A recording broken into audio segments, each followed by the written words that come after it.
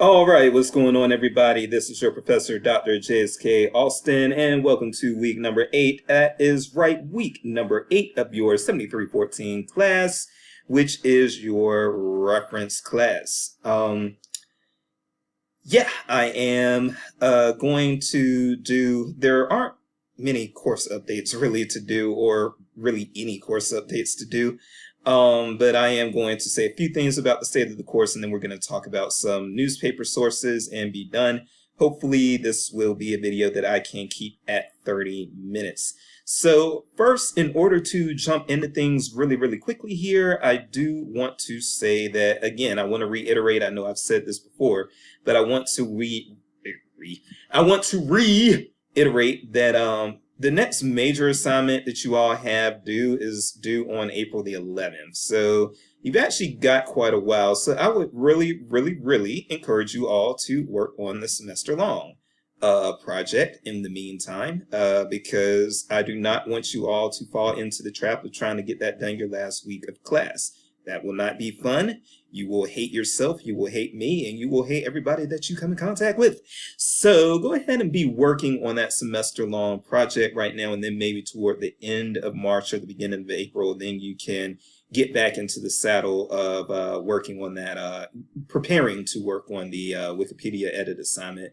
But for right now, I would say, yeah, put a dent in that semester-long project through March, because this is the perfect time to be working on that. And I do hope to, things are a little crazy right now because of advising, and hopefully once advising is done and people are registered for classes, I will be able to get your first written assignments just kind of graded out and give you the feedback you need on that so that you'll be ready to turn in those Wikipedia edit assignments. I would also recommend that, yes, again, Google around for LibGuides and kind of check out LibGuides, see content with LibGuides, and then also see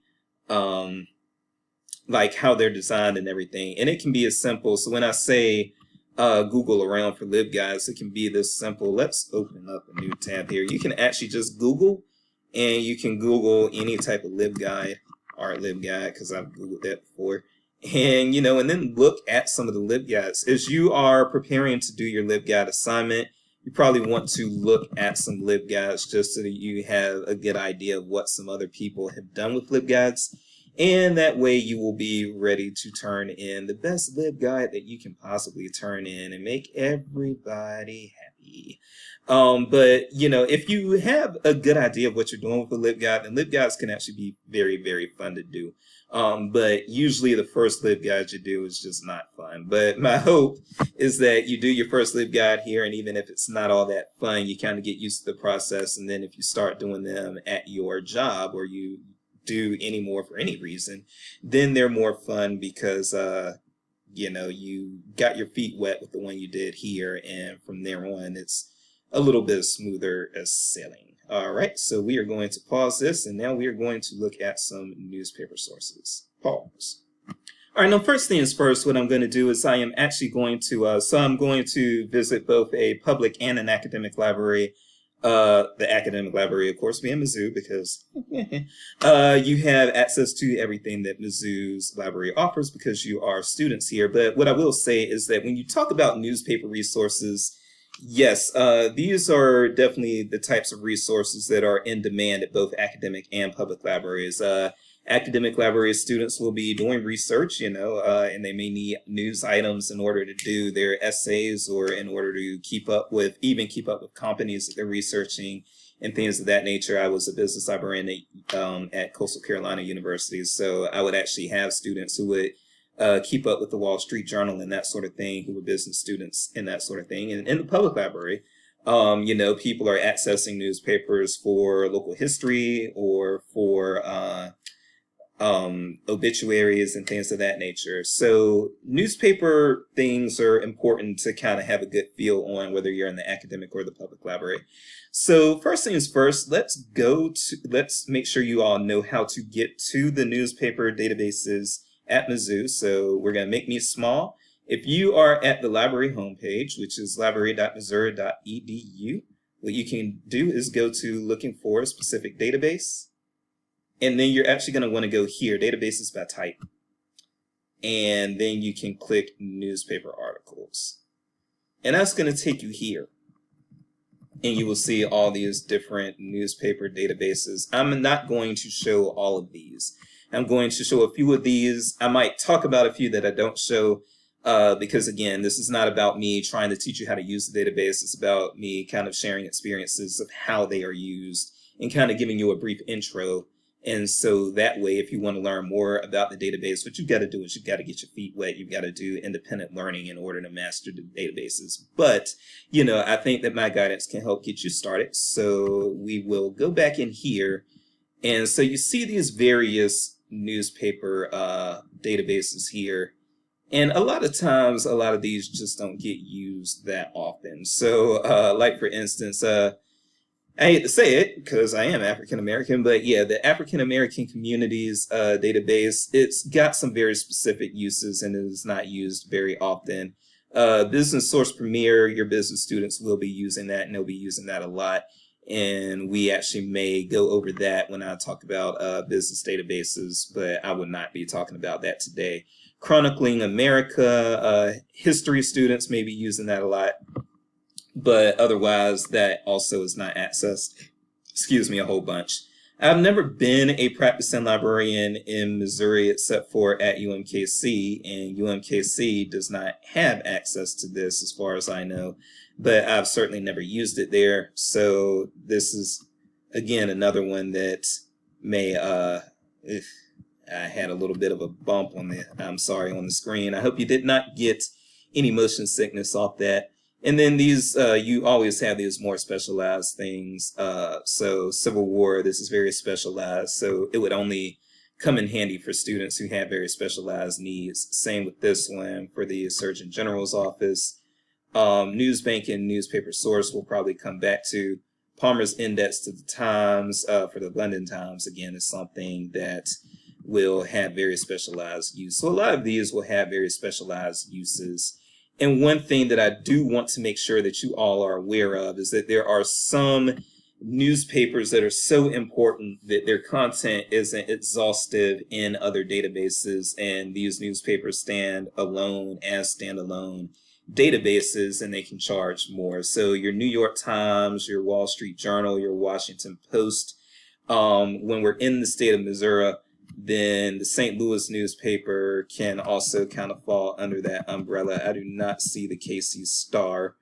The Chicago Tribune, that's a good one to note there too. So these types of newspapers, and I'm actually going to go into the Wall Street Journal, these types of newspapers are so important, and this is very common. You'll see this at a lot of the libraries throughout the country. They are so important that instead of just being cooperative and being included in more of the aggregate newspaper databases, they said, nah, like the Washington Post is like, nah, if you want access to our newspaper, you will probably have to pony up for a separate database. The Wall Street Journal, the New York Times, of course, is considered the American paper of record, so they definitely had the flex in order to do that. So let's go actually into the Wall Street Journal. And I'm just going to show you a few features in here. But again, if you want to really master these databases or get really good at using them, then you're going to have to do some of your own independent this, that, and the other. So keep that in mind. All right. But let's say that we wanted to search for, what are we going to search for in the Wall Street Journal? If I get a chance to do a database overview for business stuff, Revlon is the company I use. So for the Wall Street Journal, I'll stick to companies. So let's do some Revlon searching here. And so one thing you want to do is you can do this freeform search. So I can do Revlon. And let me scoot this thing over here. So I've got like 10,000 results here, far more than 10,000 results really. But, and as you can see, the database just kind of, there's not much there until you get later, it looks like into the 1950s. In fact, yeah, 9 records, 4 records. You don't have a lot going on. at first, but we also have a lot of results here. We have 10,000 results. So if you wanted to go to modify search, which you could do here, then again, I've got Revlon, but let's say I wanted to try to focus on things that were more specifically about Revlon. Subject isn't as effective. Subject searches aren't as effective with newspaper databases as they are with a lot of other types of databases. But what you can do is you can still look for, like, let's say I want something that only has Revlon in the anywhere but full text. That's actually very important. That's a very important feature to use. But you can look for abstract or document title. And I think that I am actually going to go for document title. So now I am going to limit this just to things that mention Revlon basically in the headline. And that should focus me down from 10,000 results to much fewer. But everything here should be something that is not just casually mentioning Revlon, it's actually something that should be about Revlon. I used to be a newspaper reporter, so I know that if the editor is doing their job, which they're not always, but if the editor is doing their job, then yes, you will, the headline should have only those things that are super relevant to the article. So let's do Revlon document title. And you can see we have gone from 10,000 things to 476. So a much more manageable number. And all of these things mention Revlon in the title. So more than likely they have a lot to do with Revlon. And so this will focus your search a little bit. So we'll make me small again. And then once you have done this, you know, you can go into the reviews and everything. And you can access that full text. You can access the full text with PDF for a lot of these, or you can do the HTML full text. In that way, you can copy and paste text if you need to, and that sort of thing.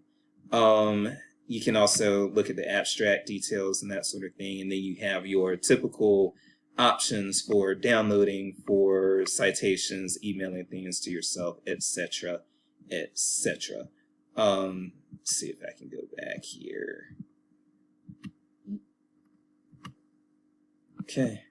And also you do have your limiters over here on this side. So like if you wanted to limit yourself by date range or document type or something like that, you can totally do those things. Now, other things that you might want to keep in mind is that if your students do create logins for ProQuest or EBSCO or whatever the vendor is that they are accessing this information from, then they can also set up alerts. And that's going to be very important. Like if students, for instance, have an assignment where they have to track a company throughout the semester, setting up those alerts, like if I had a student that was researching Revlon and had to track Revlon throughout the semester, they could set up an alert for Revlon, and then whenever there's a new article published, in this case with the Wall Street Journal, about Revlon, then they would get that to automatically pop up in their inbox, and that way they don't have to keep visiting the database, and you can actually set those alerts to expire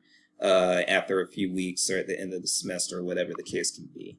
All right, so we're going to put that down, and yeah, so that is that. We're not going to belabor this too much because, again, I got to keep this kind of brief. But if you want to learn more, go ahead and dive into this. And like I said, there is going to be, you're going to have this type of thing going on for databases, for newspapers that are just that important. So again, ProQuest, you're going to have Wall Street Journal, and you can go back into the back issues. You can also look at current issues, but you can do the same with the New York Times, the Chicago Tribune. They all kind of work the same way.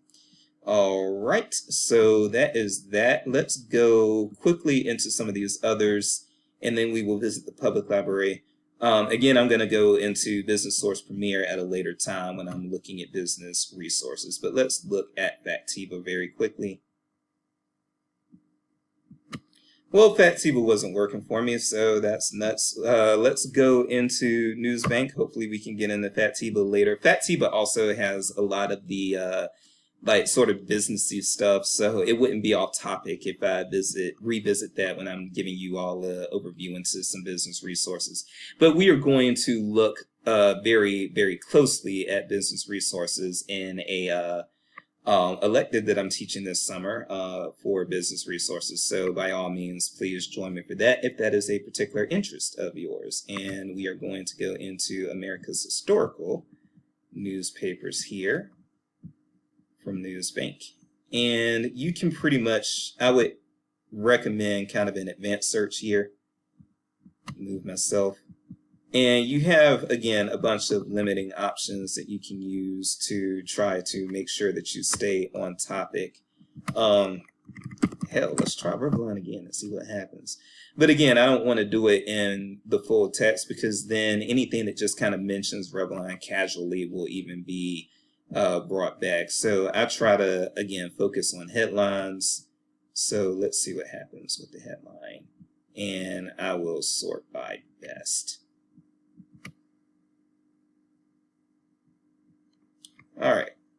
Well, that did not work well. Okay, so instead what I'll do, how about I pull this narcissistic move? Now, again, you should already understand the concept at this point that if you select full text, then just a whole bunch of stuff that just even casually mentions the subject that you're dealing with is going to pop up. So again, I recommend doing, unless you're dealing with a very obscure topic, then I recommend changing to publication or something like that. So why don't I be a narcissistic adjacent person and go with my own last name? So Austin in the headline. And I get 426 results.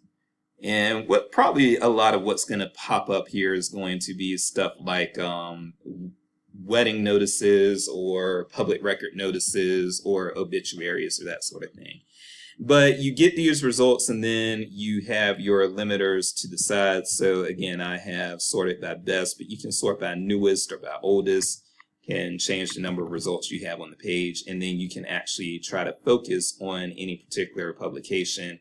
And there's some further, again, you got death notices here. So that's very important. News articles, letters. So your different limiters will, again, help you just direct your search and make it a little more focused. And then if you see something you want, let's say you did want this first thing here. So then you pull that up and you've got the digitized full text that you can use there. And, you know, this might be a little difficult for you to copy and paste out of if you can even do that, but you at least have the full text and you can download, print, email, whatever. And I just do want to show very quickly that you can also go to browse publications. So if you wanted to focus on a specific publication, and this again is more historical stuff, and this will tell you the date range here. Sorry, let me move this. So you'll see you have the name of the publication, then you have locations, date range, so forth and so on. So some of these ceased printing, like this American Apollo, it ceased printing in 1794. So some of this stuff goes way, way, way, way, way back. If you are looking for publications that are a little more recent, that's when we are going to get into one of the databases that I like to access from the public library.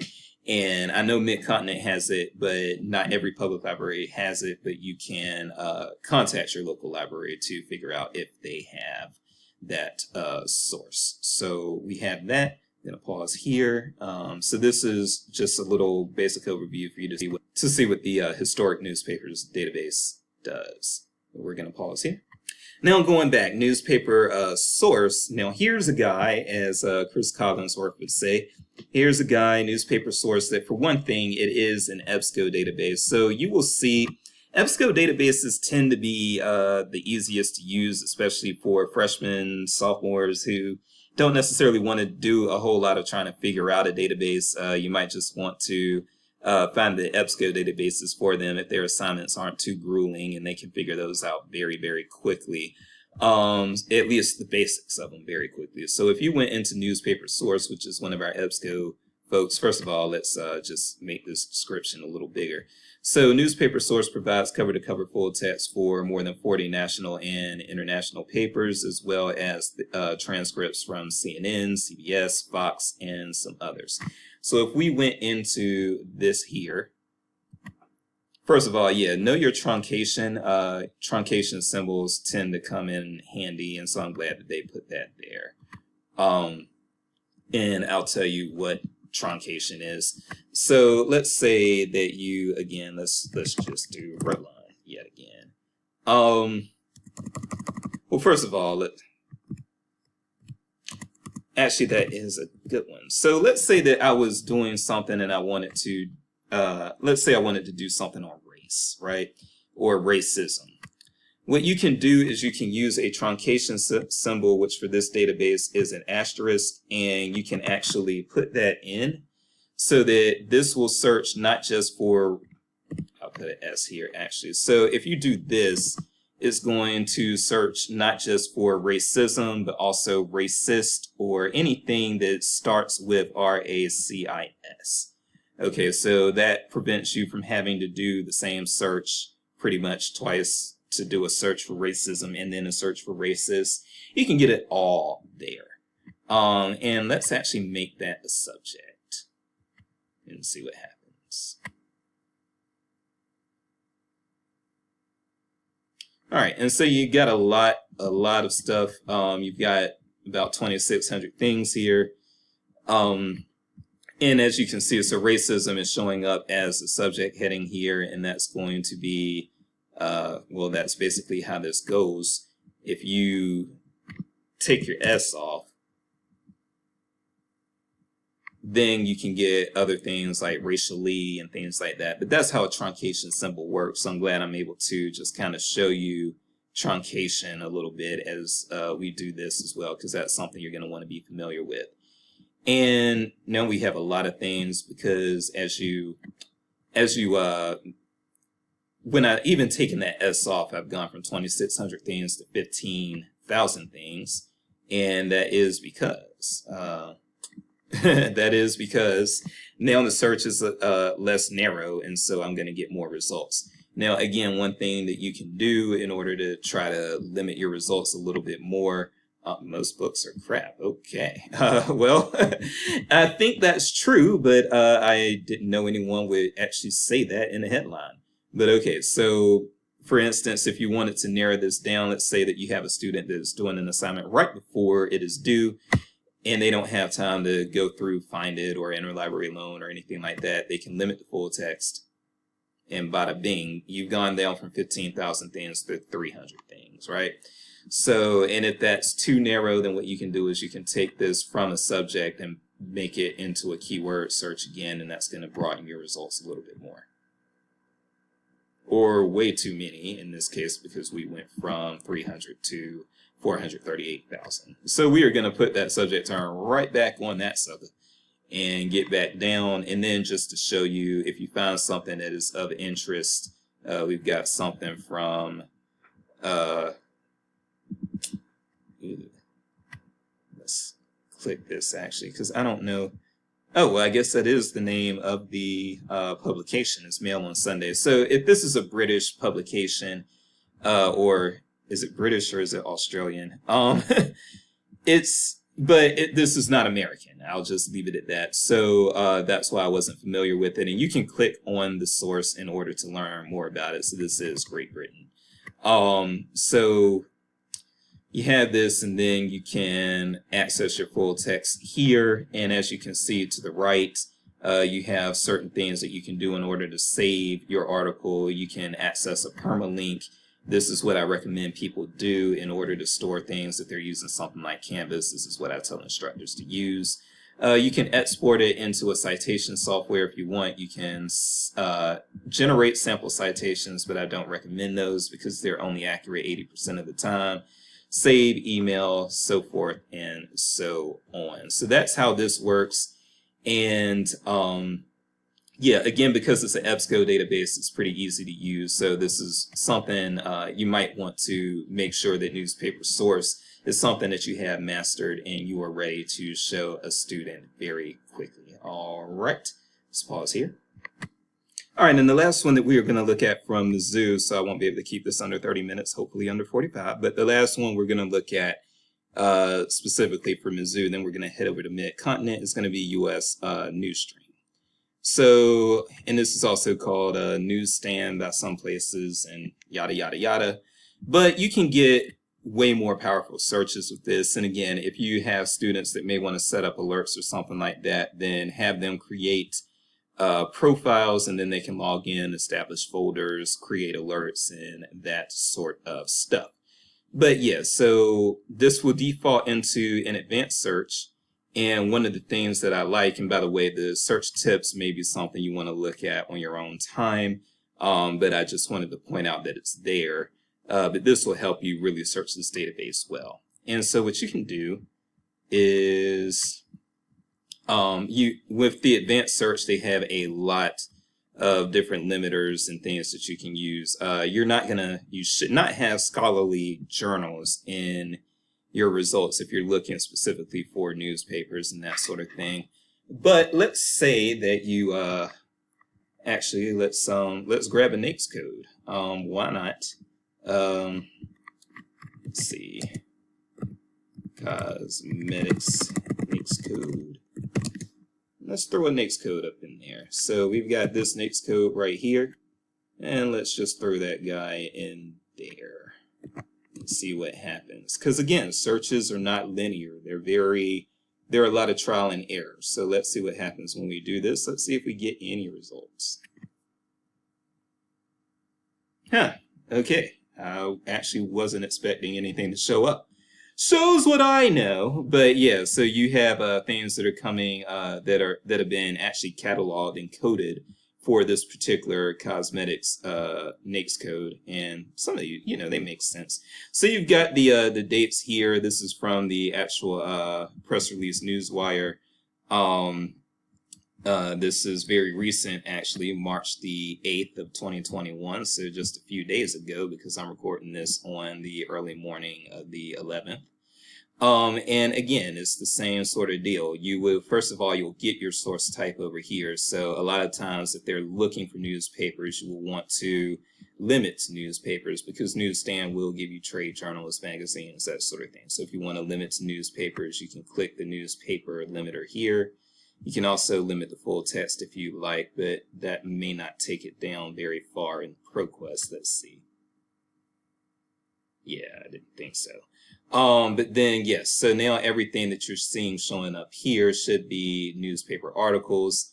And then if you find one that you want, then you can click on full text here. And you got your full text there. Beautiful, huh? You got a little word count and everything. So, and because it was cosmetics that I put in the NAICS code for, yeah, Bath and Body Works, hair, those are the sorts of things that are going to come up when you do that. So Newsstream is very, very important as well. That's probably, I've never been a librarian for Mizzou Columbia, and things are much different at UMKC, where I am a librarian. But I would say that Newsstream or Newsstand, depending on where you are, it's called different things, but that's probably going to be the this is probably a go-to, or the place where they tell the students to look first. All right, so, and there are a lot of features within Newsstream, and it can get you a lot of great stuff. But let's go ahead and head over to Mid-Continent. Okay, so I am at the Mid-Continent Public Library homepage. Again, every public library, well, not the homepage, I'm on the newspaper page, but every public library is going to have things that are a little differently and are organized a little differently. So unlike when I'm trying to teach something that Mizzou actually has, when we're talking about things that the public library has, you are going to need to contact your local public library to see exactly what they offer. And if they don't offer exactly what I'm showing you from Mid-Continent, then ask if there's something comparable that they offer, and usually they can direct you to something like that. All right, and I'm actually only going to show one thing from Mid-Continent, but it's another very powerful tool, very popular database that you all should probably be familiar with.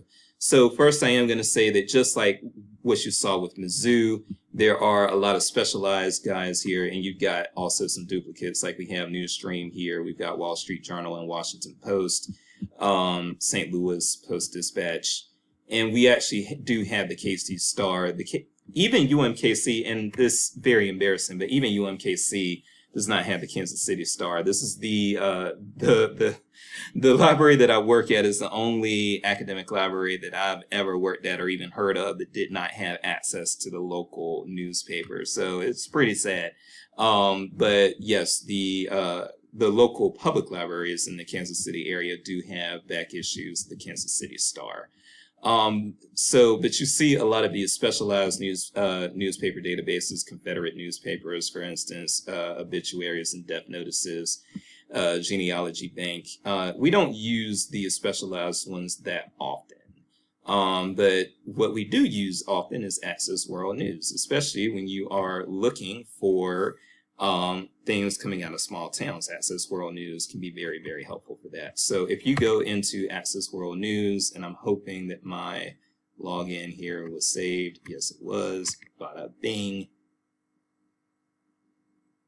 Come on. There we go. Okay.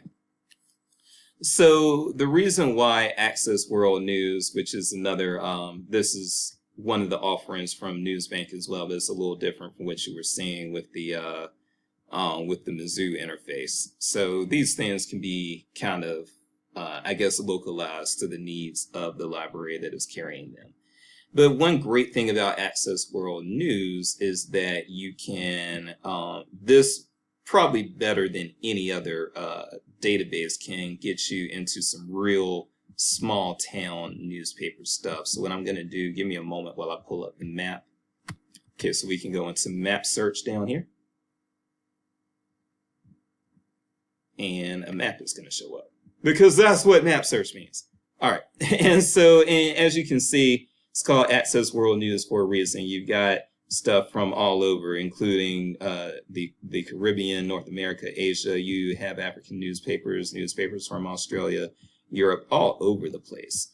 But let's say, and again, I'm going to be a little narcissistic here. Let's say that I wanted to go to the newspaper that I used to report for, the Henderson Daily Dispatch. What I can do is I can go to United States. Well, I can go to America and then go to United States of America.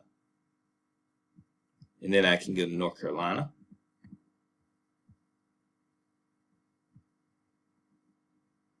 All right, and you can go by these as well. But yeah, I'm going to click North Carolina here. Actually, that didn't do anything, so I do need to go over here. So we'll go to North Carolina, and we've got 112 sources. And you can see what your sources are, and that includes what the date ranges are. So we've got date ranges. A lot of these are still, for one thing, just because a date range is closed, like you see 2013 here, just because a date range is closed doesn't necessarily mean that that newspaper is no longer being published. Sometimes it just means that that's when the database access ends. And then most of the time, actually, you will see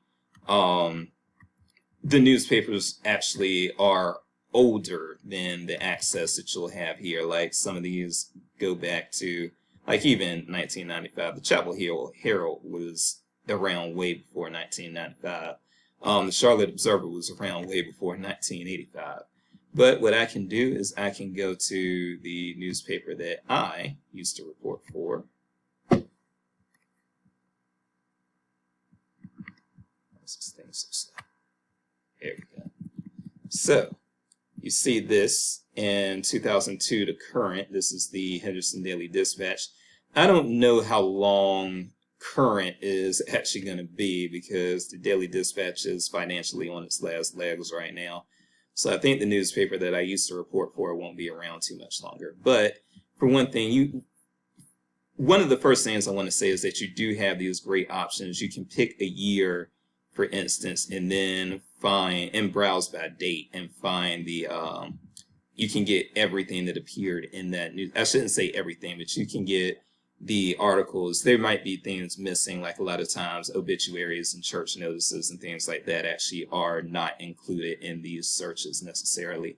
It just depends on what the newspaper is having archived and having presented on its website.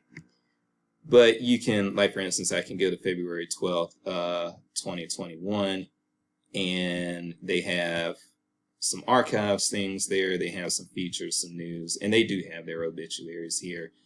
These are probably 2 paid obituaries, and then the rest of the obituaries are there. Okay. And so you can do that to access any of this type of information if students are looking for it. And then you can just go in and click it. Okay. And so there's your full text. And sometimes if the article does appear on more than one page, then you actually are going to have to look for the second page separately. That's just a nuance in the database that you just have to kind of work around. But so you see all of this, and you do have this option also to have the computer read the article to you out loud. And that way, that's for specifically, I shouldn't say specifically for the visually impaired, but it does help the visually impaired. And then again, you have your options for permalinks, downloads, emails, and that sort of thing. Now, again, if I wanted to be a narcissist and make this about me, what I could do is I could move this over here, and I could focus on the Henderson Daily Dispatch and then do an author byline search.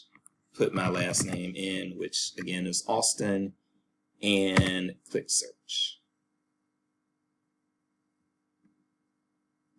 Oh yeah, I didn't take these limits off. See, you got to clear your filters, and I'm glad to show you that because again, you will make errors and run into dead ends when you are doing your searches. So it's good for you to see that happen to me. And so you just saw it happen to me. But yeah, let's go to this has newest. So, oh goodness. Okay. Actually let me pause because now it's just getting everything. It's not focused on that newspaper again. I've got to go back into the Daily Dispatch. So I apologize. Let me pause and get back there. Okay. So what happened was I cleared all the filters. And again, this is why I'm glad to actually be, I'm sure you all are like, man, I wish he would be more polished and not make mistakes while he's demonstrating the database.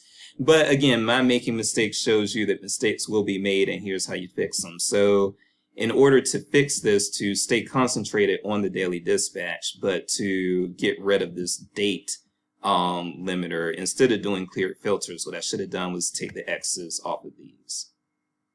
Boom, boom.